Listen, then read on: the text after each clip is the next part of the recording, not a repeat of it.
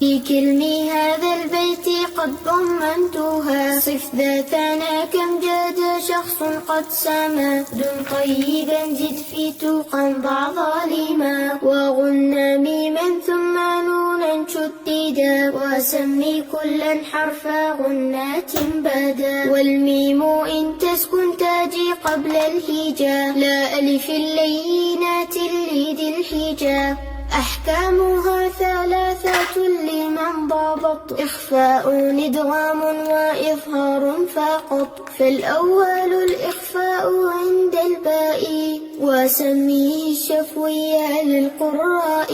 والثاني إدغام بمثلها أتى. وسمي إدغاما صغيرا يا فتى. والثالث الإظهار في الباقية من أحرف. وسميها شفوية. واحذر لدى واو وفاء تختفي لقربها والاتحاد فاعرفي. للام الحالان قبل الأحرف.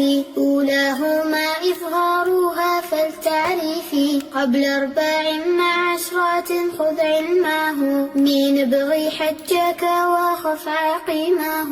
ثانيهما إدغامها في 4 و10 أيضا ورمزها فاعي. طب ثم صل رحما تافض ضف ذاني عم. دع سوء ظن زر شريفا للكرم. واللام الأولى سميها قمرية. واللام الأخرى سميها شمسية. وأظهرن لام فعل مطلقا. في نحو قلنا عم وقلنا والتقى. إن في الصفات والمخارج اتفق. حرفان فالمثلان فيهما أحق. وإن يكونا مخرجا تقاربا. وفي الصفات اختلفا يلقبا.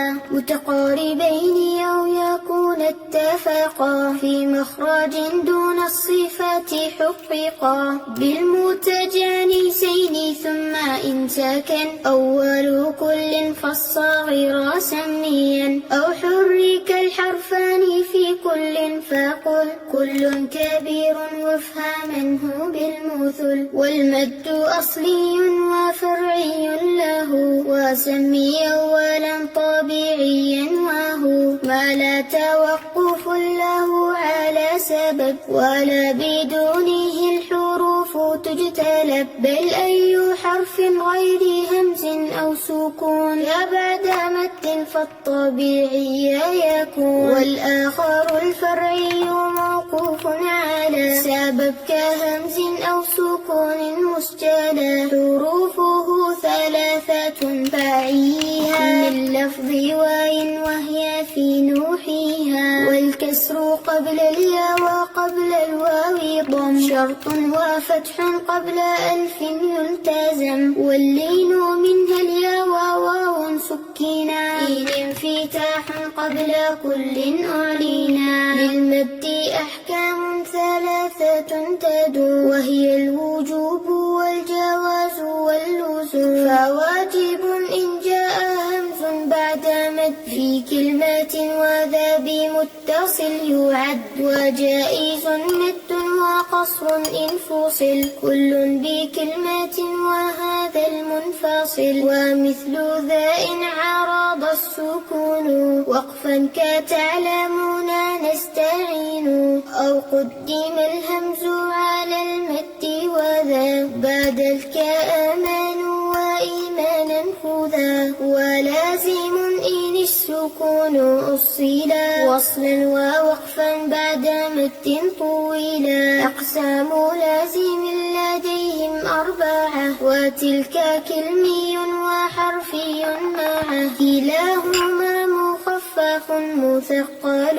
فهذه 4 تفصل.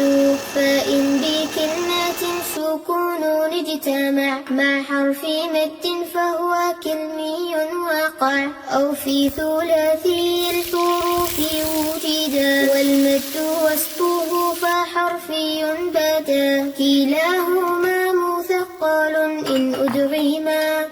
خفاف كل إذا لم يدغما، واللازم الحرفي أول السور وجوده وفي 80 انحصر، يجمعها حروف كم عسل ناقص، وعين ذو وجهين والطول أخص، وما سوى الحرف الثلاثي لا ألف فمده مدا طبيعيا ألف، وذاك أيضا في فواتح السور في لفظ حي طاهر قد انحصر، ويجمع الفواتح 14 صله سحيرا من قاطع كذا اشتهر، وتم ذا النظم بحمد الله على تمامه بلا تناهي، أبياته ند بدا لذي النهى، تاريخها بشرى لمن يتقنها، ثم الصلاة والسلام